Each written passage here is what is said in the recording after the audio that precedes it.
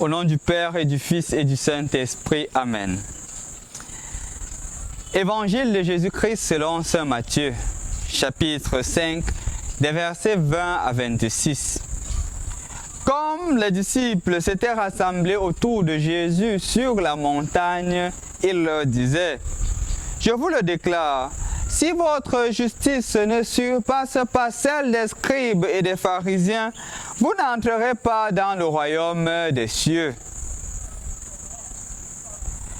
Vous avez appris qu'il a été dit aux anciens: « Tu ne commettras pas de meurtre. » Et si quelqu'un commet un meurtre, il en répondra au tribunal. Eh bien, moi je vous dis, tout homme qui se met en colère contre son frère en répondra au tribunal. Si quelqu'un insulte son frère, il en répondra au grand conseil. Si quelqu'un maudit son frère, il sera passible de la géhenne de feu. Donc, lorsque tu vas présenter ton offrande sur l'autel, si là tu te souviens que ton frère a quelque chose contre toi, laisse ton offrande là, devant l'autel. Va d'abord te réconcilier avec ton frère, ensuite viens présenter ton offrande. Accorde-toi vite avec ton adversaire pendant que tu es en chemin avec lui, pour éviter que ton adversaire ne te livre au juge, le juge au garde, et qu'on ne te jette en prison. Amen, je te le dis, tu n'en sortiras pas avant d'avoir payé jusqu'au dernier sou. Bonjour chers frères et sœurs dans le Christ. Nous voici rendus au vendredi de la première semaine du temps de Carême. Vendredi qui est aussi appelé ou qui est supposé être un jour de jeûne pour ceux qui ont pris l'engagement de jeûner, peut-être pour prier pour l'Ukraine, peut-être pour prier pour le monde, peut-être pour mettre de côté quelque chose en vue d'aider les nécessiteux. Et les lectures qui nous sont présentées, chers frères et sœurs dans le Christ, sont des opportunités de connaître davantage Jésus et de transcender la manière habituelle de voir. Parce que le danger, chers frères et sœurs dans le Christ, dans notre foi chrétienne, c'est de réduire notre relation avec Dieu dans un certain sentimentalisme. Ce que je ressens, ce qui vient à l'intérieur de moi, c'est ça ma relation avec Dieu. Il y a de cela quelques temps, j'ai eu le temps de causer avec un jeune qui me posait une situation assez délicate. Ce jeune me parlait d'une difficulté de la masturbation. Et on était en train de travailler il y a de cela 2 ans sur cela. Après, pour une raison ou une autre, nous avons perdu les contacts.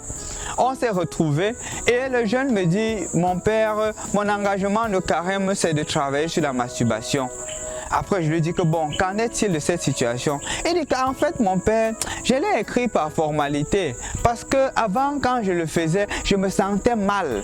Me sentant mal, donc c'est pour cela que ça me gênait. Mais maintenant, lorsque je le fais, je sens du plaisir et je suis content. Donc en fait, je l'ai écrit là par formalité. Parce que je crois fermement que si je me sens bien, ça veut dire que Dieu consent à ce que je fais.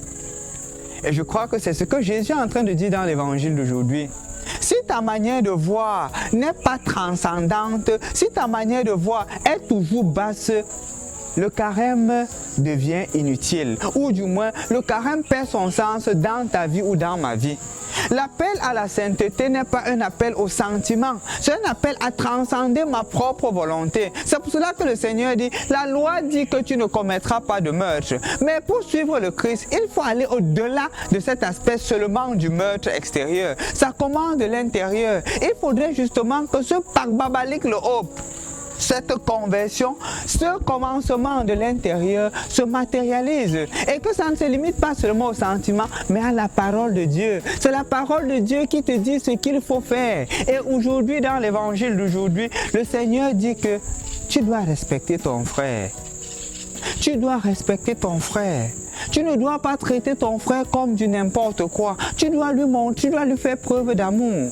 Parce que justement, l'insulte, on le fait à l'égard de quelqu'un qu'on ne respecte pas. L'insulte, le mépris, on le fait à l'égard de quelqu'un pour qui on n'a aucun respect.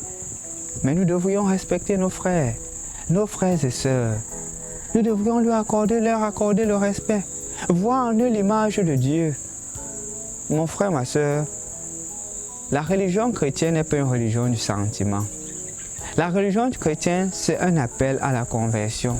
Et un appel à la conversion qui passe par le regard que je porte à travers la créature de Dieu. Comment est-ce que je regarde Dieu? Comment est-ce que je regarde mes frères? Est-ce que mes situations de conflit avec mes voisins, mes frères et sœurs sont les mêmes? Ou est-ce que je suis capable maintenant de dire, la parole de Dieu est en train de me toucher. La parole de Dieu est en train de me dire d'aimer mon prochain, de retrouver Dieu en lui.